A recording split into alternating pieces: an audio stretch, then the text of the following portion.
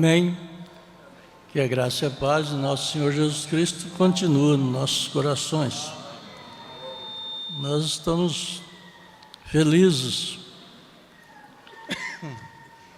e eu cheguei na ponta da espada no final da guerra, né? Esse que é o pior. Eu nunca preguei nesse horário, né? Então eu sou meio desesperado, né? Faz uma hora que eu estou perguntando para o irmão Moisés, pastor Moisés, que hora que é? Mas tá bom. Eu achei importante o pastor Daniel elogiar os meninos, né? Formoso, né? Como é que você falou? Formoso? Simpático. Os novos é simpático, os velhos é bonitinho, né? Achei bom isso aí. Eu nunca fiquei bonitinho em nenhum culto. Nesse aqui o pastor Evandro falou, ele trouxe a chave, né, da beleza, né? Mas nós estamos aqui, ou bonito ou feio, nós estamos aqui, né? Nós vamos para frente, né? Eu creio que eu não vou coroar nada, eu vou dar uma vigilância para nós mesmos, né? Em vez de nós sair daqui coroado, quer dizer, coroado é quando está tudo resolvido, né? Não é isso que é coroado? É isso, Daniel? Resolvido, né? E nós não vamos sair daqui coroado, não. Nós vamos sair daqui vigilante ainda, em frente da batalha, né? A batalha não terminou ainda, ela continua. Creio que todo mundo está aqui, está pronto para a batalha. Nós vamos ler o livro de São Mateus, capítulo 17. 6 dias depois tomou Jesus consigo Pedro e Tiago e a João, seu irmão, e os conduziu em particular a um alto monte, e transfigurou-se diante deles, e o seu rosto resplandeceu como o sol, e as suas vestes se tornaram brancas como a luz. E eis que lhes apareceram Moisés e Elias, falando com ele. E Pedro, tomando a palavra, disse a Jesus: Senhor, bom é estarmos aqui, e se queres, façamos aqui 3 tabernáculos, um para ti, um para Moisés e um para Elias. E estando ele ainda a falar, eis que uma nuvem luminosa os cobriu, e da nuvem saiu uma voz que dizia: Este é o meu filho amado, ou o meu amado filho, em quem me comprazo, escutai-o. E os discípulos, ouvindo isto, caíram sobre os seus rostos e tiveram grande medo. E aproximando-se Jesus, tocou-lhes e disse: Levantai-vos e não tenhais medo. E erguendo eles os olhos, ninguém viram senão unicamente a Jesus. E descendo eles do monte, Jesus lhe ordenou, dizendo: A ninguém conteis a visão, até que o Filho do Homem seja ressuscitado entre os mortos. E os seus discípulos o interrogaram, dizendo: Por que dizem, então, os escribas que é mistério que Elias venha primeiro? Jesus respondendo disse: Em verdade, Elias virá primeiro e restaurará todas as coisas. Amém? Oremos. Senhor amado, que o Senhor tome controle como o Senhor tem tomado até aqui. Dê recurso para mim e para quem vai ouvir, Senhor, que possa entender o que o Espírito está querendo dizer. Nós te agradecemos por tudo que o Senhor tem feito. Amém. Muito bom. É lógico que nem que eu não terminar tudo, mas eu quero ser calmo, né? Embora que o querer não é ser, né? Mas a pessoa do Elias, aqui na terra, é um grande mistério, muito grande. Às vezes as pessoas não meditam, não põem muito atenção. Mas o que me chamou para a fé na mensagem do profeta foi sobre a pessoa de Elias. Um espírita falou para mim, eu estava numa denominação, e o espírita falou para mim, lá eles me conhecem por Lico. Ô Lico, você quer ser muito sabido e você não sabe nada. Tá certo. Falei assim, mas você sabe por que eu estou falando que você não sabe nada? Eu falei, não. Porque vocês não sabem que o espírito de Elias está na terra. Vocês não sabem disso. Eu falei, mas aonde está escrito isso? Na sua Bíblia. Na minha não está, mas lê na sua Bíblia. Aonde? Eu não sei aonde. Procura os pastores dos 6 aí. Eu fiquei naquela, mas será que está mesmo? Andei procurando, ninguém me deu informação. E eu já estava meio preocupado com as denominações. E um dia a minha esposa falou para mim assim, olha, tem um homem aí que fala bastante mesmo. Eu falei assim, olha, de conversa eu já estou até aqui, ó. Mas um dia, na hora do almoço, eu cheguei em casa e quando eu saí, ela estava com o rádio ligado no pastor Joaquim. E ele falou sobre o Elias. Quando ele falou aquilo me mexeu comigo. Mas ele está falando sobre o Elias, vou prestar atenção nele. Foi aonde eu encontrei o que era o profeta Elias. Mas ele é um mistério, até mesmo hoje no nosso meio. Porque é misterioso e as pessoas não sabem o que é o espírito de Elias. Mas na mensagem, o quarto selo, parágrafo 380, o irmão Brana disse, Elias nunca morreu. Com certeza ele não morreu. Ele apareceu novamente uns 800 anos depois, ao lado de Jesus Cristo, no Monte da Transfiguração. E ele não está morto. No sétimo selo, no parágrafo 89, ele diz, agora há somente uma pessoa que poderia cumprir isso. O profeta estava falando de uma personagem que estaria aqui na terra. Vocês vão ler lá no sexto selo, no sétimo selo. Há somente uma pessoa que poderia cumprir isso. Apenas um espírito que já esteve na terra. Que eu saiba, teria que ser Elias, em seu tempo. Estava predito que seria, que não é nada mais a não ser o Espírito de Cristo. Presta atenção nesse assunto. O Elias é o Espírito de Cristo. Isso é muito difícil de se entender.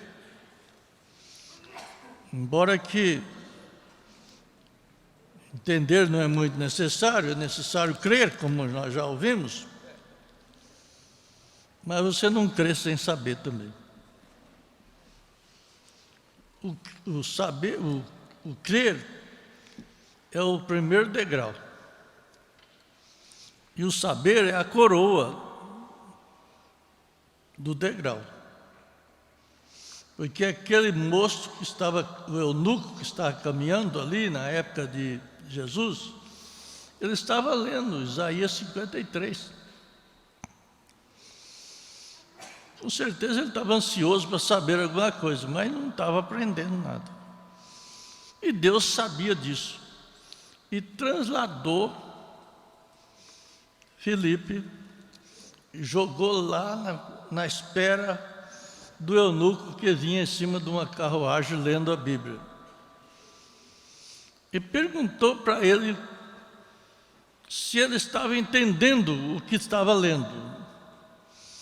Ele disse: como que eu posso entender se eu não tenho quem me explique? Então não é só crer, é crer e entender. E só conhece o poder de Deus se for nascido de novo. Aquele que é nascido de Deus de novo pode ver o reino dos céus. Aquele que não for nascido não pode ver. Então, veja bem, o espírito de Elias é Cristo.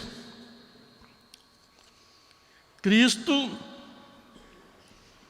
é o que está controlando o nosso ser. Não tem como nós sermos cristãos sem Cristo. Nós podemos ser crentes sem Cristo, mas não podemos ser cristãos sem Cristo. Não sei se vocês entendem isso. Porque Cristo é a unção de Deus para vivificar a matéria morta na terra. Quando você fala, eu estou na igreja do Deus vivo, você tem que entender que nós todos somos mortais, mas quando o Deus vivo está em nós, nós passamos a serem deuses vivos. Então aqui está o Deus vivo, Deus vivendo em carne humana. Nós aprendemos isso. Agora, na mensagem Olhando para o Invisível, no parágrafo 11, o profeta diz: não só de pão viverá o homem, disse o Senhor, mas de cada palavra que procede da boca de Deus. E o seu físico, ou melhor, o ser físico do homem, é para ser cuidado. Não é este todo o motivo pelo qual Deus o colocou sobre a terra. Não é só o cuidado do corpo, do físico. Porque o que ele fez, o que ele faz com este ser físico, resulta em muito pouco. É a sua alma que conta.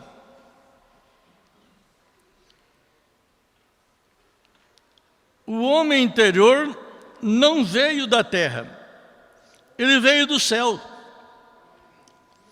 E esta é a parte eterna do ser humano. Mesmo assim, é estranho que ele tente traçar o seu próprio caminho, o homem. Nós encontramos isso assim nas Escrituras. Pois quando um homem escolhe andar de seu próprio modo e fazer o que ele deseja fazer, Deus simplesmente o deixa de lado. O homem não deve pensar por si próprio, mas ele deve deixar a mente que estava em Cristo estar nele. Não temos que pensar por nós mesmos. Temos que chamar qualquer coisa contrária ao que ele disse. Ou melhor, não temos que pensar por nós mesmos, temos que chamar as coisas contrárias ao que ele disse, como se ele não fosse não importa o que os nossos olhos alegam ser. Nós não vivemos através do que vemos, nós vivemos através do que cremos. Mas preste bem atenção nesse assunto. Parece que nós viemos aqui para ver alguma coisa. Dá a entender que quando nós preparamos para um encontro, nós preparamos para ver alguma coisa boa, bonita. Porém, às vezes nós encontramos ao contrário. E eu estava meditando como é que o nosso povo ainda estão com dificuldades de ser crentes na mensagem do profeta. Muita dificuldade. Nós temos algumas pessoas, algumas linhas, que estão crendo em ouvir as fitas. E eles chegam numa reunião maior que esta e pregam os cânticos, o líder lá dá uma palavrinha assim, de ânimo, mas quando eles vão ouvir a palavra, eles apertam o play lá e tic, e a mensagem é do irmão Branham.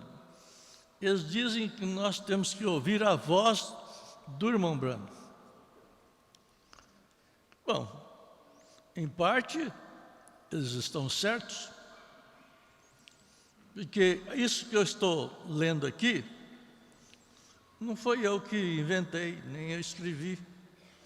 Eu tirei nas mensagens das fitas do irmão Branham. Cada parágrafo, nós estamos aqui o dia inteiro só lendo a mensagem do profeta. Eu não vi ninguém ler uma outra coisa, e nem falar outra coisa, mas tudo falaram a fita, a mensagem do profeta. Quer dizer, a mensagem do profeta, a única coisa que você tem que fazer é, se você tem um assunto, você tocar os parágrafos que o profeta diz naquele assunto. Mas ela sai da fita. Eu tenho as 1.200 mensagens do irmão Branham nas fitas.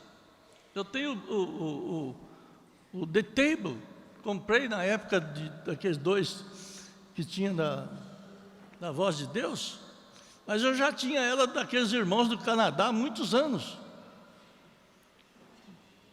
E depois agora comprei da Voz de Deus. Tudo que nós sabemos é a mensagem do profeta. Nós não inventamos nada. Nós temos uma ética de reticência, nós não meditar em reticências, porque não pertence a nós. Isto ao público deve ser conhecido, que nós lemos a mensagem do profeta. E o profeta diz, não sei se eu vou chegar aqui, que a sua voz ela está nas fitas e nos livros. Nós vamos chegar ali, se Deus permitir. Então nós não devemos nada a ninguém. Nós lemos a mensagem do profeta e estamos aqui com a mensagem. Eu menciono, cada vez que eu falo, eu menciono o livro e o parágrafo. Se você tiver a fita, liga ela e vê se eu estou errado. Então veja bem, nós não precisamos tremer com isto. Nós não temos que tremer. Nós estamos certos com Deus. Agora veja bem, teremos nós, os cristãos, muitas dificuldades se vivermos pela visão natural.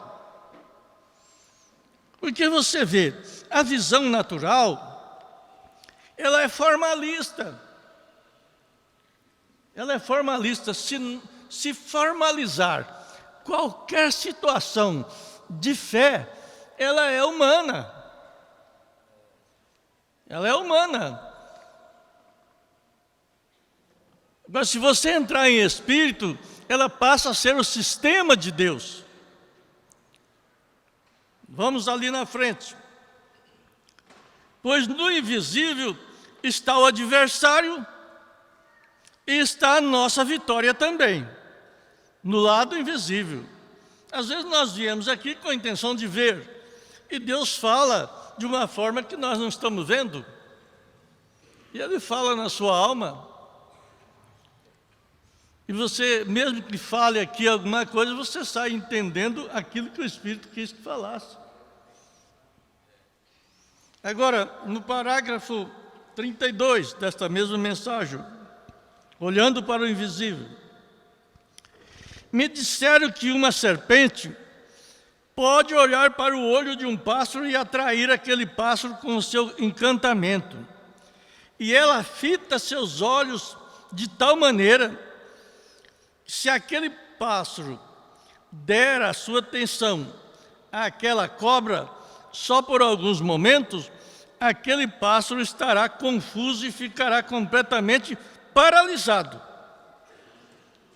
Vocês olham e observam o que está acontecendo no mundo atual.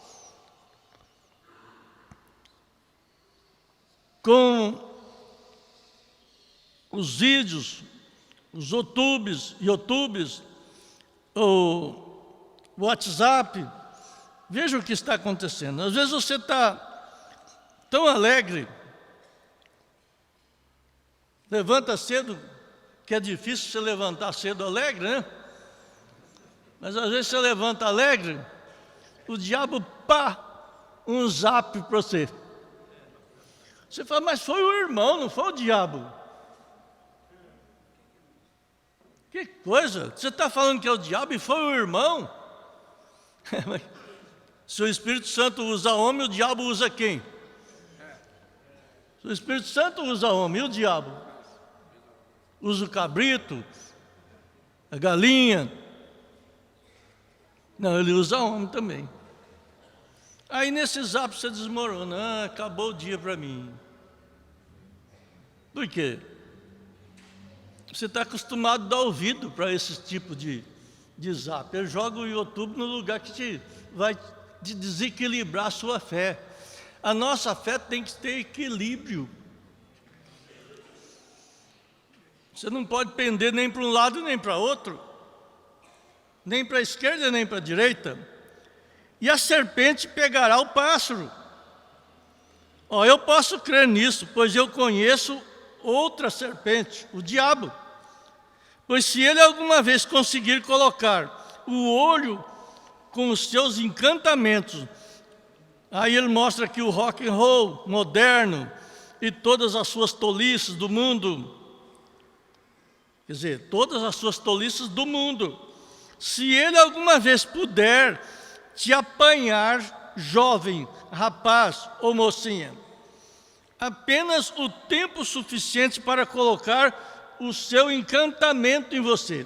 Você já viu que nós encantamos com as coisas? Você fica admirado. Acontece uma tragédia, você fica admirado com a tragédia. Admirado para quê? Você não sabe que o mundo jaz no maligno?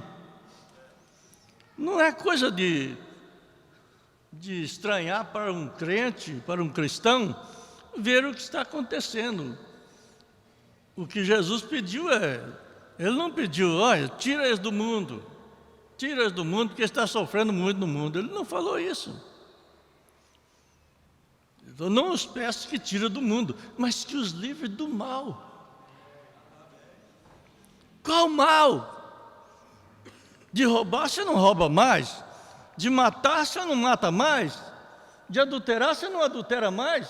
Você saiu, então todos os maus saíram? Não, o mal do mundo está na informática.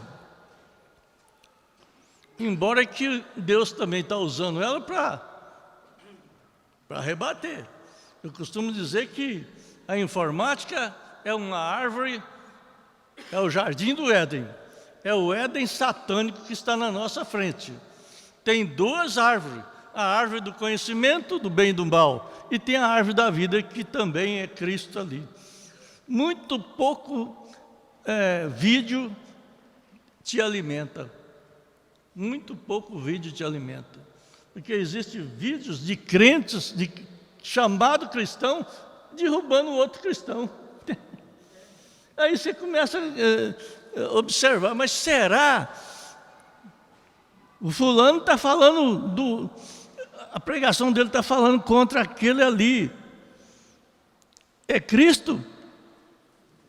Você fica pensando. Esse pensamento que você dá, pensando, será que fulano está certo, será que fulano está errado? É o olho da serpente. Você se torna um pássaro no olho da serpente. Um momento de pensamento te pode trazer uma dúvida e você não alça o voo. O cristão tem que estar ausente destas coisas. Levanta a cabeça e vai para frente. Siga em frente. Fala o que quiserem falar. Fazem o que quiserem fazer. Você está crendo na mensagem do profeta desta era. Quando você está muito apavorado, muito angustiado,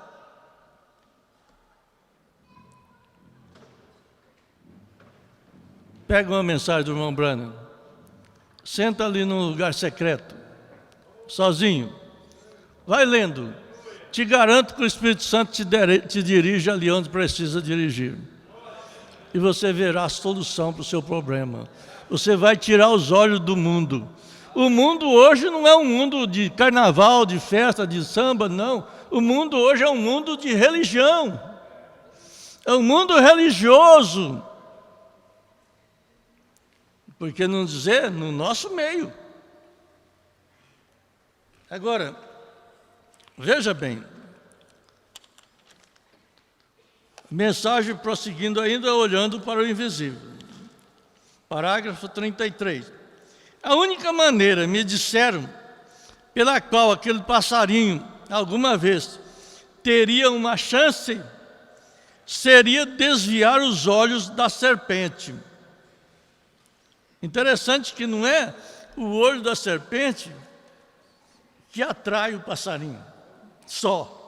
É o olho do passarinho na serpente que dá a força da atração dela. Entendeu esse? Você pensa, não, tira os olhos. Espanta ela para tirar os olhos. Não, tudo bem. Mas o problema é você que está olhando para a serpente. O passarinho fica fitado os olhos na serpente e ele não tem ação para se livrar, para sair. Ele tem asa, ele podia voar. Mas ele fica olhando na serpente. E aí ele fica adormecido. E a serpente chega e pega ele. O que é isso? O carnaval não te atrai, não. É você que faz o carnaval te atrair. Você olha para ele, gosta dele. A festa, todo tipo de coisa mundana, a falsa religião. Qual o interesse que um cristão tem de saber da religião do outro? Não precisa nada. Você tem a sua. Você tem a sua. Você crê no profeta dessa era? Olha, é estranho. Existe Bíblia, que o livro de São Mateus tem 29 capítulos. Você não sabia, não? Tem. Quer dizer, o livro de São Mateus tem 28.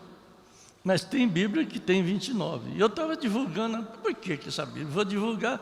Então, o que tem que ter? O Espírito Santo, ele dá sequência. O Espírito Santo começa de Gênesis e vai até Apocalipse. Sequência, eu esqueci como é que fala. Um em cima do outro. Não é gradativo, é sequente. Você sabe o que é sequente? Seguindo um assunto progressivo. Você entra em Gênesis, você vai nos 66 livros. Não sei se você já tiver a curiosidade de fazer isso. Chama Como é que chama aqueles numerozinhos pequenininhos que tem lá referência. Você vai na referência, você pega os numerozinhos, você vai de Gênesis até Apocalipse. Ele dá composição, às vezes tem coisas que eu não sei explicar. Ele compõe 66 livros. Você pega uma Bíblia dessa que tem 72, ele pula os 7, os 6 que não tem na nossa Bíblia, que não foi canonizado, que é os livros apócrifos que são. Além dos livros apócrifos, existem Bíblias adulteradas. Essa tem 29 capítulos no livro de Mateus. Aí, como é que eu achei que ela é falsa? Porque é coerente, é progressivo. Deus vai falando um assunto aqui, complementando ele aqui, no outro, complementando. E quando chega lá no 29, ele degride. Ele vai voltar lá no primeiro. O primeiro de Mateus foi quando Jesus nasceu. Você está entendendo? Ela não pode estar no Mateus 28. Se vocês pegarem essa Bíblia, vocês vão observar. Ele não pode estar o nascimento de Jesus, a vida de Jesus, no 29.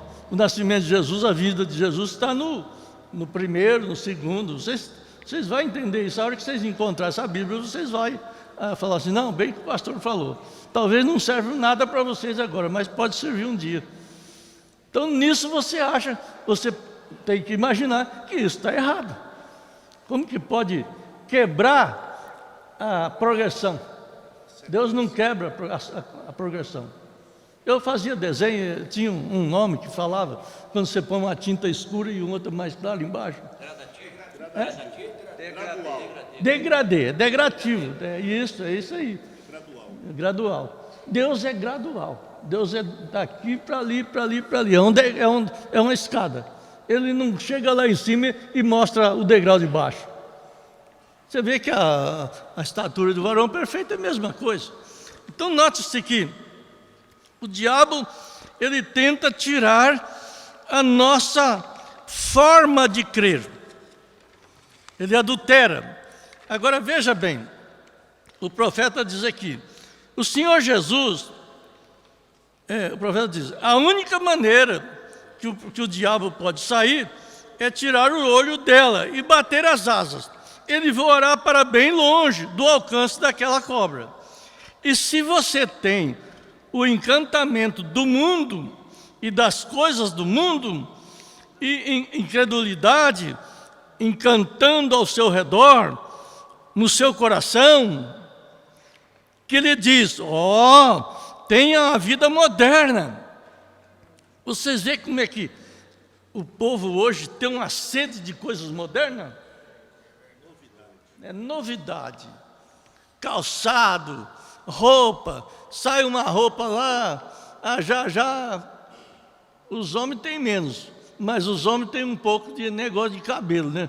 Eu estou observando os cabelos, rapaz, tem corte de cabelo de tudo quanto é jeito. Tem risco para todo lado. Eles estão fazendo uma aração na cabeça do povo, dos moços, né? E aí sai tudo alegre, com aquele monte de risco, para lá, para cá, uns fazem uma cobrinha aqui, o barbeiro hoje tem que dar o que fazer para saber cortar cabelo. Não é fácil, não. E um vê o outro já quer também. Parece que a ilusão do mundo é que satisfaz a vida. Essa é a realidade. O cristão está isento de tais coisas. O Espírito Santo está te levando a um renovo interno. O externo não tem renovo, gente. O que fala alto na vida de uma pessoa é os anos, é as idades. 40, 50, 60, 70, dali a pouco você viu o cara arrastando. Era tão bonito, tão moderno, tão belo, e agora está arrastando. O janeiro faz isso. E se Deus não reformou por dentro, você está no mato sem cachorro.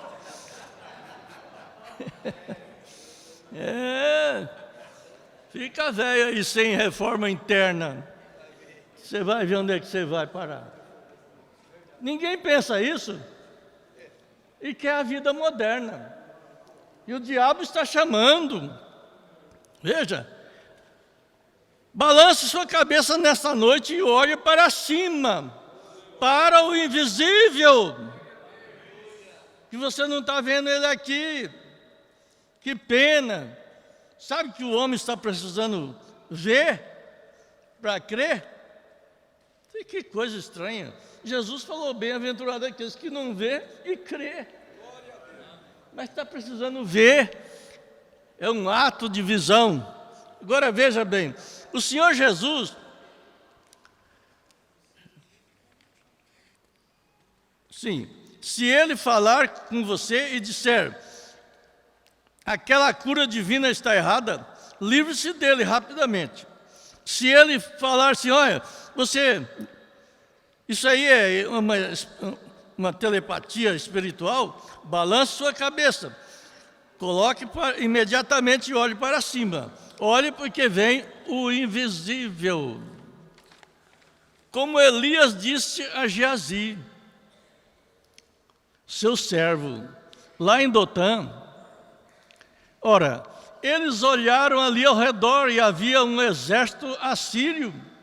Ali havia tudo para derrotá-los, porque este homem de Deus era capaz de dizer ao rei de Israel a respeito do que o rei da Síria estava pensando em sua câmara de dormir. Deixe-me dizer isto nesta noite, para a minha audiência, diz o profeta, que Deus continua vivo. Não fica pensando que nós precisamos gritar muito para Deus, não. Ele continua vivo, Ele é onisciente. E Ele é simplesmente o mesmo nesta noite como Ele o foi antes. Ele ainda conhece os seus pensamentos e o que você está sentindo neste exato instante. Então você deve observar os frutos do Espírito para ver se é Deus da história que se levantou novamente, certamente. E quando os grandes crises chegam, as quais sempre vêm, você já notou?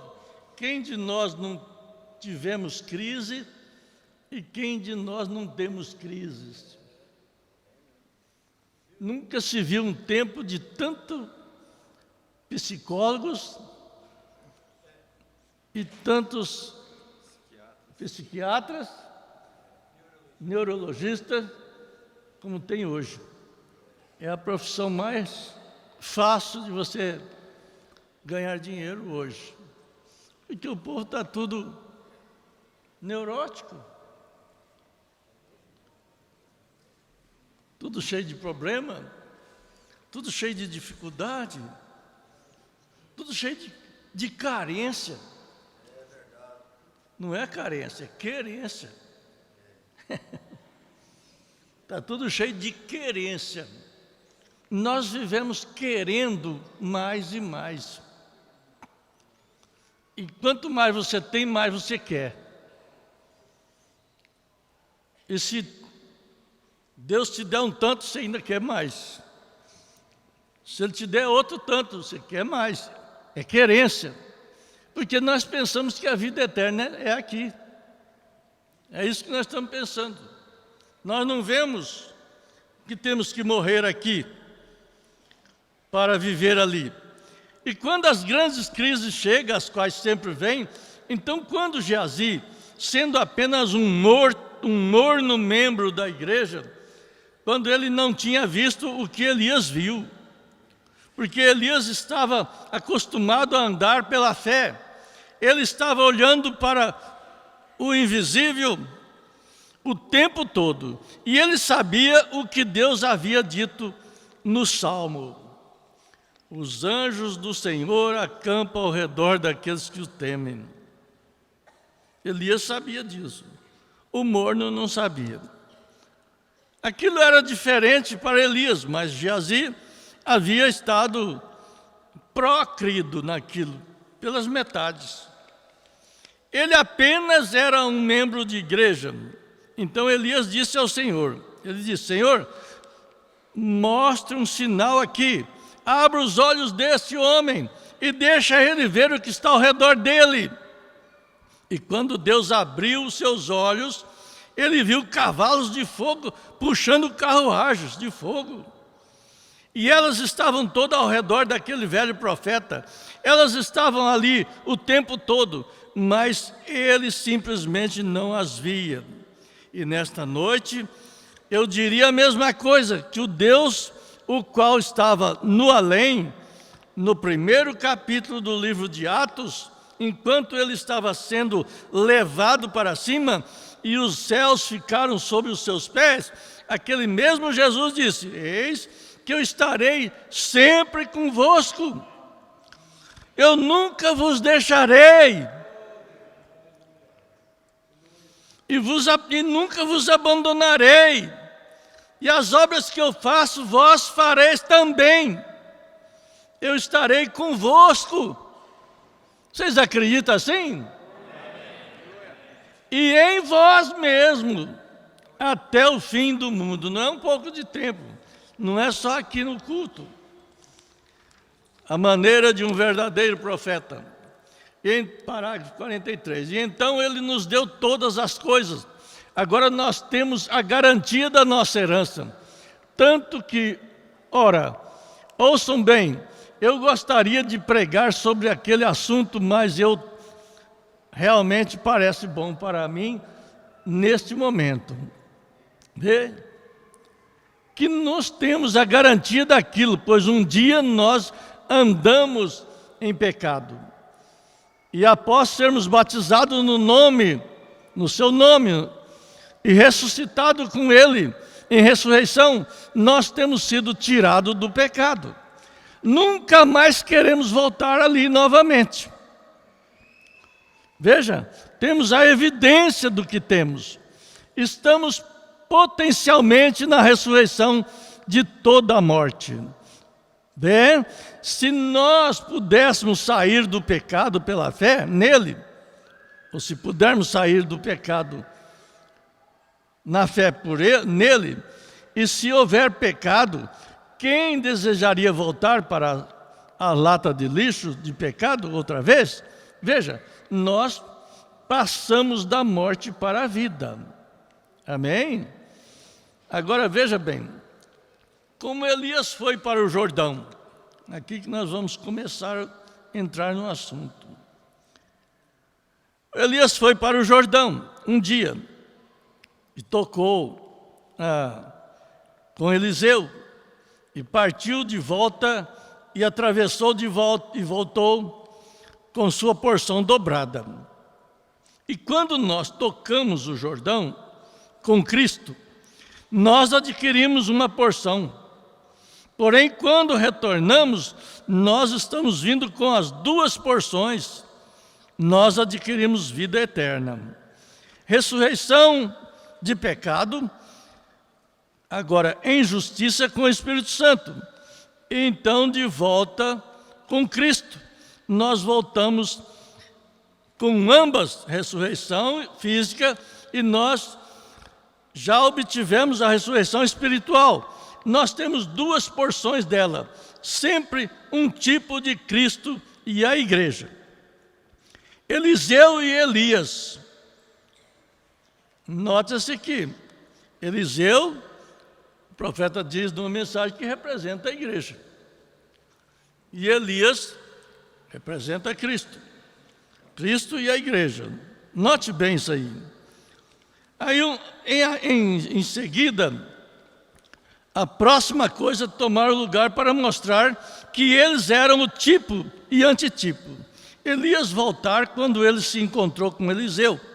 Ele disse que estava indo para outro lugar, para julgar. Bem, ele disse, Eliseu, vive o Senhor e vive a tua alma, que eu não vou te deixar. Por quê? Ele tinha cortado tudo. Ele só tinha uma coisa a seguir. Era Deus. não consigo voltar para meu trabalho. Eu tenho queimado todas as minhas ferramentas, o Eliseu falando. Eu beijei a minha família, beijei meu pai e minha mãe. Dei a Deus pelas últimas vezes sobre a terra. Então eu vou com você. Eu não vou deixar o Elias. E assim é que os homens fazem quando corta cada linha do tempo. Isso quer dizer, veja bem, nós cremos na mensagem do profeta. Todos nós cremos. Não temos como dizer que não cremos. Estamos aqui lendo a mensagem, observando. Mas você já cortou a sua amizade com o mundo? O profeta chega a dizer numa mensagem que o Eliseu deu tempo dele ir lá e beijar o pai dele, despedir do pai dele. E que o Elias da agora não vai dar tempo para o Eliseu da agora. O Eliseu da agora é a noiva. Não vai dar tempo de você ir despedir do seu pai. Não tem mais. Porque um será tomado, o outro será deixado. É não abrir e fechar de olho. O Eliseu teve tempo de ir lá, queimar matar os bois dele, fazer o assado com as cangas, com os arados, distribuir tudo. E depois ficou sem nenhuma situação para voltar para trás. Porque você está pensando que naquele tempo dava para comprar boi outra vez, era fácil de comprar boi, fácil de comprar canga. Não, ele pensou nisso. O que eu vou fazer lá atrás? Eu não tenho mais boi, eu não tenho mais canga, eu não tenho mais arado, eu tenho que seguir, eu não vou deixar você para trás não. Onde você for eu vou. O Eliseu acompanhando Elias, porque Elias tinha feito uma promessa para ele que daria uma porção se visse ele subir. E parece que o Elias estava procurando desviar a atenção do Eliseu.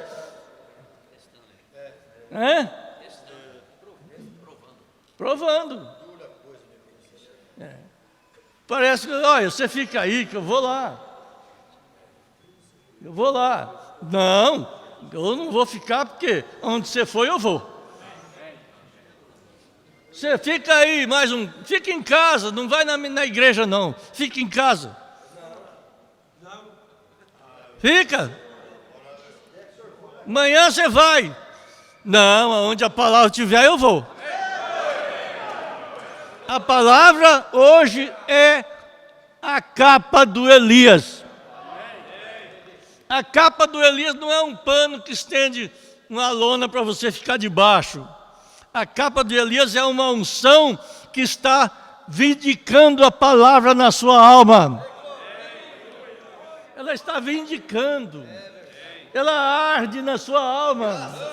Ela deixa você firme e fixo naquilo que você... Acompanhando o Elias. O Eliseu não deixou. Fica lá que eu vou. Não, onde é que você for, eu vou. Veja, ele disse, eu vou com você. Você mora aqui. Disse, como a sua alma não vai deixar você. Ele foi para a escola de profeta, segunda etapa da viagem. Em seguida partiu para o Jordão. Ele disse, fique aqui enquanto eu vou para o Jordão. Olha, o Jordão representa a nossa queda, a nossa dificuldade. E você sabe que quando nós entramos em crises, nós começamos a refletir que Deus não está olhando para nós. E esse reflexo de que Deus não está olhando para você, ela atrapalha o curso da sua vida. Não dê ouvido a esse espírito. Levante a cabeça. Bate as suas asas. Vai no Jordão. Desce no lugar pior. O profeta tem uma mensagem que chama valeta nos vales, ou vales nos vales. Valeta nos vales. Está lá em Ezequiel, parece. Israel fez valeta nos vales. Olha, o vale é o lugar mais baixo que tem. E fazer valeta no vale não dá nem para pensar. Por quê? Porque ele sabia que ali ia secar demais e a única água que ia ter era nas valetas dos vales. Você chega à posição que você não acha recurso em parte nenhuma da vida. Nada que você olha, você tem socorro. Quando Davi chegou nessa situação, ele dizia: olhei para os montes e perguntava: da onde vem o meu socorro? Nem dos montes. Tem vezes que você não tem socorro. É você mesmo. A coisa está dentro de você. Deixa a sementinha brotar. Dá água para ela. Leia a Bíblia. Entra em pânico você mesmo, com você mesmo. O homem de fora com o homem de dentro. Quem perde a esperança é o de fora. O de dentro nunca perde a esperança. Ele não perde. A semente é o de dentro. Nós já vimos aqui a semente. A semente não é o de fora. A semente é o de dentro. É o de dentro que faz o de fora ter vida eterna. Amém? Nós notamos aqui, o profeta diz, essa grande comissão para ir, depois que ele ressuscitou dos mortos. Sim, meu Redentor vive, parágrafo 45. Nós ressuscitados com ele hoje, estamos posicionalmente assentados com ele e agora prontos para que o rapto venha, esperando por esse grande tempo. Nossa carne descansará em esperança. Nós sabemos disso. Não há nenhum pouquinho de dúvida em minha mente hoje. Está na sua? Está com dúvida ainda? Está achando que a mensagem está errada? Está achando que você está errado ainda? Você está achando que... Olha, a crise faz coisa. Aquela mensagem, a bem-aventurança esquecida, ela é muito profunda. Se vocês vão meditar nela, é fácil nós esquecer a bem-aventurança. Muito fácil. Porque você sabe o que é aventura? É você buscar qualquer um bem sobre um risco. Não sei se vocês entendem isso. É buscar um bem sobre um risco. Você pode receber e pode perder. O moço está namorando uma moça, ele está aventurando. Ele começa com aventura. No dia do casamento, ele é aventurado. Foi bem aventurado. Vai casar. Casou. Que alegria. A alegria da aventura, da bem-aventurança, é demais, é muito grande essa alegria. Bem-aventurado. Casou. Lá ele vai para sua casa com ela. E ela com ele. Os dois, bem-aventurado. Não é? Dali a pouco vai 1 ano, 2 anos, dali a pouco tem criança, 3, 4. Aí a coisa piora. Aí vem a crise. Vem a crise, o desespero entra. Ai, meu Deus do céu. Aí, aquele juramento que você fez lá no altar não valeu nada. Você perde a aventura, esqueceu a bem-aventurança. Esqueceu. Pronto, dali a pouco um está para um lado, outro está para o outro. Você já pensou que nós, quando casamos com a mensagem, nós estávamos numa aventura na denominação?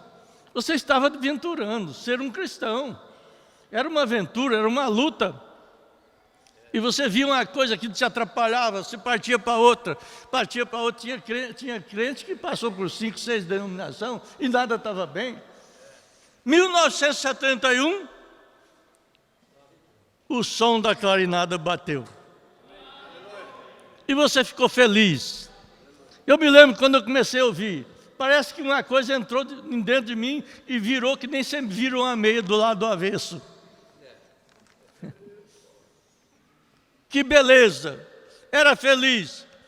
Quantos que estavam junto comigo naquela época? E depois, por qualquer uma crise, abandonou e partiu para um ismo aqui, partiu para um ismo ali, partiu para outro ismo ali, esqueceu a bem-aventurança. O que aconteceu com João foi isso.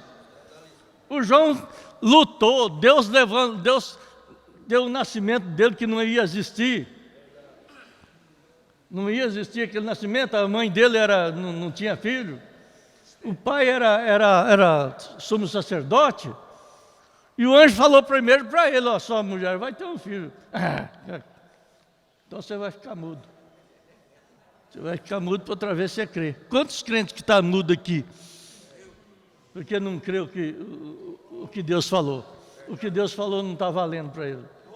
Você vai ficar. Quer dizer, aí quando a Maria concebeu lá do anjo, a Maria ficou toda alegre, foi lá visitar a Isabel, que já estava grávida, de 6 meses. Não, estava morto, o menino estava morto. O menino com 6 meses não mexeu, você pode cuidar que ele está morto. Quando a Maria chegou, que ela falou que o anjo tinha visitado ela, e que ela ia ter um filho, e que o filho chamava Jesus, foi a primeira ressurreição de Jesus. Ressuscitou o Joãozinho no ventre da Maria. Que felicidade! Mas esse Joãozinho deu problema, ele deu trabalho. Esse Joãozinho deu trabalho. Olha, na igreja, dali a pouco o pai estava falando. Acabou o castigo. O pai estava falando. Mas o Joãozinho cresceu meio rebelde. Rebelde à igreja, mas não rebelde a Deus. Quer dizer, foi lá para o mato. O que os pastores, o que os outros, como é que chama? Não sei, sacerdotes, falavam, hein? Rapaz, o filho daquele sacerdote é atrapalhado a cabeça. Rapaz, sumiu, está lá para o mato, lá para o deserto. Outros falam assim, encontrei ele comendo gafanhoto. Rapaz, esse homem é atrapalhado mesmo. As igrejas gostavam, as igrejas gostam de coisa errada. E por que não dizer que alguns de nós também gostam? Não gosta? Ninguém gosta, mas alguns gostam. O Joãozinho veio de lá, já molequinho. Você pode ver que a igreja romana, ela fez 3 imagens de São João, agora nesse mês agora. 13 é São Antônio, 24 é São João e 29 é São Pedro. 24, São João. Você não vê um São João maduro, velho. Você vê um São João criança, com um cordeirinho na mão. Vocês já viram esse quadro? O Pedro é um velho, barbudo. O Antônio é um homem mais ou menos. Mas o João é um menino de cabelinho encaixadinho, parecendo o Pedro do irmão Augusto, João Augusto lá de Rio Preto. Né, irmão Augusto? Cadê ele? Está aí? Cadê o Pedro? Parecendo o Joãozinho, ó, o Pedro, ó, cabelinho encaixadinho, canta bonito que é uma coisa. Está vendo? E por quê? Porque o João veio aquele molecão e veio pregando, moleque, pregando contra o pai, contra a família, contra a religião. Isso é atrapalhado mesmo. Quer dizer, o que o João tinha? Ele tinha uma aventura da Escritura. Lá em Isaías, ele com toda o que os outros falavam que ele era atrapalhado, mas ele sabia que aquela Escritura era para ele. Ele veio e começou a batizar. Mas esse atrapalhado está fazendo uma religião? Tá. E Jesus, outro atrapalhado, inventou que ele era Deus. E por romano ele inventou que ele era rei. Aí a coisa atrapalhou mesmo. Rei, para o romano tinha que ser morrer, porque se não morreu um rei, o outro não entra no lugar. Para os outros ele era um um Deus. Ué, nós vamos crer no outro Deus? Nós já temos um Deus. Então isso aí vai precisar morrer mesmo. As condenações foi duas dessa forma. Uma porque Jesus era rei e outra porque Jesus era Deus. Você viu como é que é? Nós estamos na mesma situação. Se você falar que você é Deus, você vai ser crucificado. Você não vai para frente. Se você falar que você vai ser a rainha, é pior ainda. Ué, um homem querendo ser rainha? A coisa tá estranha. Mas pensa bem para vocês verem. Sempre a notícia de Deus invade os filhos de Deus e eles não se incomodam com o que falam. Eles incomodam com o que fazem, com a sua fé. Creia somente. Quando João chegou, foi apresentar Jesus. Batizando lá, dali a pouco chega aquele outro, um andarilho batizando o outro. Isso é uma palavra minha, uma expressão minha, para assimilar. Chega o outro andarilho, ele mesmo falou que ele era andarilho, que ele não tinha casa, não tinha lugar para pôr a cabeça de baixo. Tem que ser andarilho. Vem lá para batizar. Você já pensou que deparo ruim teve ali? Esses religiosos dentro, esses religiosos que creram em Jesus Cristo, aguentou coisa muito mais do que nós. Nós não estamos aguentando nada. Aguentaram coisa. Vem, mas eu quero batizar com você. Mas o senhor quer batizar comigo? Não, tem que cumprir a justiça. Você tem que batizar eu. Quando João foi batizar Jesus, a pombinha desceu, a voz veio e a coluna de fogo desceu. Aquilo ali foi a aventura. João saiu dali bem-aventurado. O que foi que ele foi bem-aventurado? Ele venceu o propósito que ele tinha com Deus. Ele apresentou o Cordeiro de Deus que tira os pecados do mundo. Ele saiu todo aventurado. Agora, depois que você é bem-aventurado, o que você quer mais? Você vai querer mais alguma coisa depois que você está bem-aventurado? Você luta para comprar uma fazenda, e luta, trabalha 50 anos para comprar aquela fazenda. Quando você compra a fazenda, bem-aventurado. Você vai fazer a festa, bem-aventurado. Aí depois você vai jogar a fazenda fora. O que Jesus aconteceu com João? Foi preso. Porque ele não estava só apresentando Jesus, ele estava contra a falsa religião.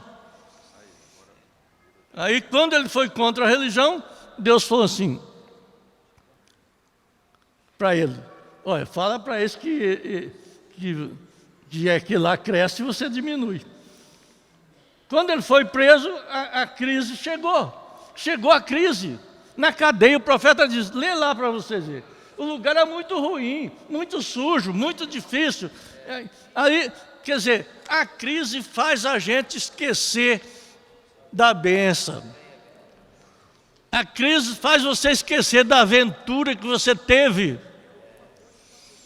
Ele chegou e falou assim para os discípulos: vai lá perguntar se é ele mesmo ou se eu tenho que esperar outro.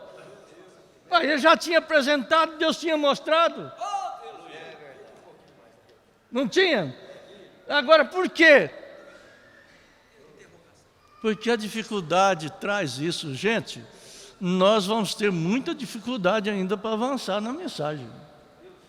Dificuldade espiritual. Não vai esperar fome não, que tem gente que está morrendo de comer. Não é de fome não. É fome e sede de justiça. Você abre o seu olho espiritual, vê o que Deus tem feito para você. Agradece a Deus pela mensagem. Agradece a Deus pelo programa de rádio que nós tivemos em 1971. Se aqui a maioria já não está mais, não são mais daqueles, mas os seus pais foram. Se você está aqui porque seu pai trouxe. Irmão Daniel, pastor Daniel, eu lembro a luta que seu pai tinha para você ser crente na mensagem. Ele era um homem que saía visitando, não tinha cultura, mas saía visitando. Quando ele estava aqui visitando, chegava gente na igreja. A igreja daqui deve A maioria, não sei, já deve ter morrido muito, porque faz tempo. Só eu faz quase 40 anos que estou aqui. Ele trazia, eu ainda falei isso para minha esposa hoje, para o irmão Nelson, ele visitava, ele era bonzinho, ele era bravo, mas era bonzinho. E deixou isso aqui, esse nome, Daniel, foi bíblico. Esse nome deve ao seu pai, a sua família que está aí. Nós que estamos aqui por causa da mensagem do profeta Elias. O Espírito de Cristo que está em nós, fazendo isso. É o Espírito de Cristo que está dentro de você. Não foi uma religião, não. Se nós for olhar, a nossa religião parece que é a pior de todas. Mas Cristo em nós é a esperança da glória. Você luta, você vê coisas que não pode vencer, mas Cristo em você faz você vencer. Nós estamos aqui por Cristo. Cristo é a esperança nossa. Nós estamos felizes e muito felizes com Cristo. Deus abençoe vocês. Deus abençoe a nós. Deus abençoe Goiânia. Deus abençoe o pastor Joaquim. Deus abençoe todos os pastores que não esqueceram a bem-aventurança. Eu não me esqueço a bem-aventurança. Toda vez que ouço a clarinada, eu lembro que eu estou na bem-aventurança.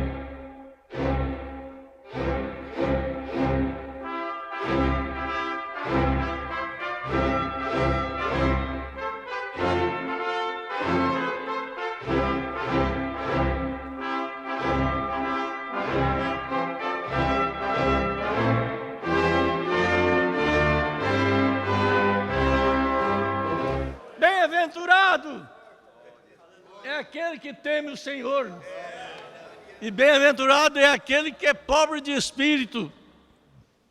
Pobreza de espírito não é só ser bobo, não. É você não ter um espírito para estar criticando e arrumando coisas. É ter um espírito manso e humilde. É o que Jesus quer que nós estejamos. Amém? Deus abençoe vocês, em nome do Senhor Jesus Cristo. Amém.